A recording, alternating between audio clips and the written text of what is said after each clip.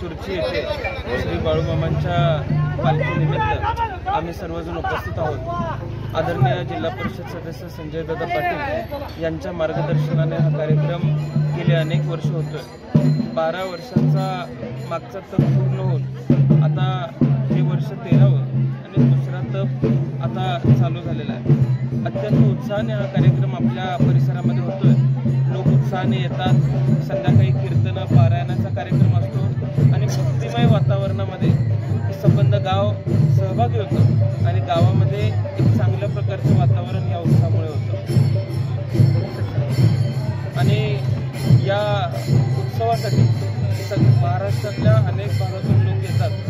खरं तर सांगायचं झालं तर या परिसरातले अनेक लोक भारतामध्ये वेगवेगळ्या राज्यामध्ये आहेत, काही लोक बाहेरच्या देशामध्ये आहेत, दलाई व्यावसायिक असतील किंवा इतर बांधव असतील। सगळी लोक कुठल्याही कानाकोपऱ्यात असतील तर या उत्सवानिमित्त या भागामध्ये येतात आणि चांगल्या प्रकारचं सहकार्य सुद्धा या सर्व लोकांना करतात। बाळूमामाच्या नावानं मी संजय दादा पाटील, जिल्हा परिषद सदस्य सांगली, या ठिकाणी आज गेली 13 वर्ष बाळूमामाचं मंदिर मूर्त्या बसवून 13 वर्ष झाली। गेल्या वर्षी या ठिकाणी तपोपूर्ती सोहळा म्हणून फार मोठ्या प्रमाणामध्ये या ठिकाणी साजरा झाला।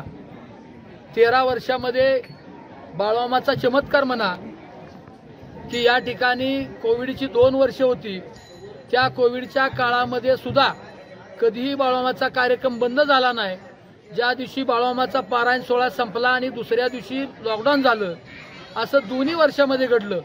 खरं तर बाळूमामाची या ठिकाणी मंदिर बांधण्याचा उद्देश की बाळूमामाची पालखी सुरुवातीला या तालुक्यामध्ये या जिल्ह्यामध्ये कुठेही मंदिर नव्हतं, त्यावेळेला पालखी या ठिकाणी आली होती, बाळूमामाची मेंढरं आली होती, पण त्यावेळेला फार मोठा दुष्काळ होता। या दुष्काळामध्ये प्यायला पाणी नव्हतं, लोकांना टँकरनं पाणी बागांना लोकांना प्यायला पाणी दिलं जायचं। पण त्यावेळेला बाळूमामाची पालखी या ठिकाणी आली आणि पालखी 1 दिवसासाठी आलेली होती, पण ती पालखी ज्या वेळेला उचलून दुसऱ्या दिवशी जाणार त्या दिवशी एवढा पाऊस मोठा चालू झाला की या बाळूमामाच्या स्थापनेपासून म्हणजे आदमापूरच्या समाधीपासून की आजपर्यंतचं रेकॉर्ड आहे की बाळूमामाची पालखी एकादश टू अमावस्या कधीही एक ठिकाणी थांबली नाही। आणि ती पालखी या ठिकाणी उचलताना जो पाऊस चालू झाला तो पाऊस अमावस्या होईपर्यंत पाऊस बंद झाला नाही। जिकडं तिकडं पाणी चिखल एवढी आपदा व्हायला लागली सगळ्या मेंढरांची वगैरे। त्यावेळेला आम्ही निर्णय घेतला 15 दिवसानंतर की ही पालखी कटनावरती कुठंतर तासगावला न्यायची आणि तासगावची मंडळी बोलवली आणि पालखी इथनं उचलली। पालखी उचलून फक्त 600 मीटरवर गेली तांदळे मास्तरांच्या घरापर्यंत। त्यावेळेला जो पाऊस बंद झाला तो आषाढी एकादश चिंचणीला झाली तरी पाऊस आला नाही। मग त्यावेळेला ही बाळूमामाची जी सेवेकरी मंडळी आहेत ती सगळी या ठिकाणी आली आणि म्हटली असा चमत्कार आम्ही आतापर्यंत बघितला नाही, त्यामुळं या ठिकाणी आपल्याला मंदिर बांधायचं। आणि त्यावेळेपासून मंदिर बांधायला सुरुवात केली। मग जसं जमेल तसं या ठिकाणी ते मंदिर या ठिकाणी बांधलं आणि गेल्या 12 वर्षापासून या ठिकाणी मूर्त्या बसून 12 वर्ष झाली।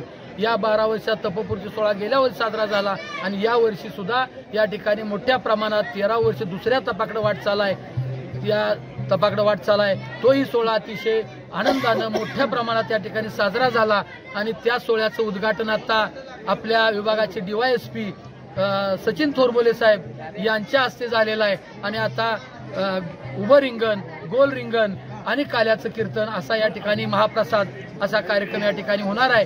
त्यामुळं आपण या ठिकाणी सर्वच जमला म्हणून बाळूमामा पारायण सोहळ्याच्या वतीनं आपलं स्वागत करतो, आभार मानतो आणि 2 शब्द संपवतो।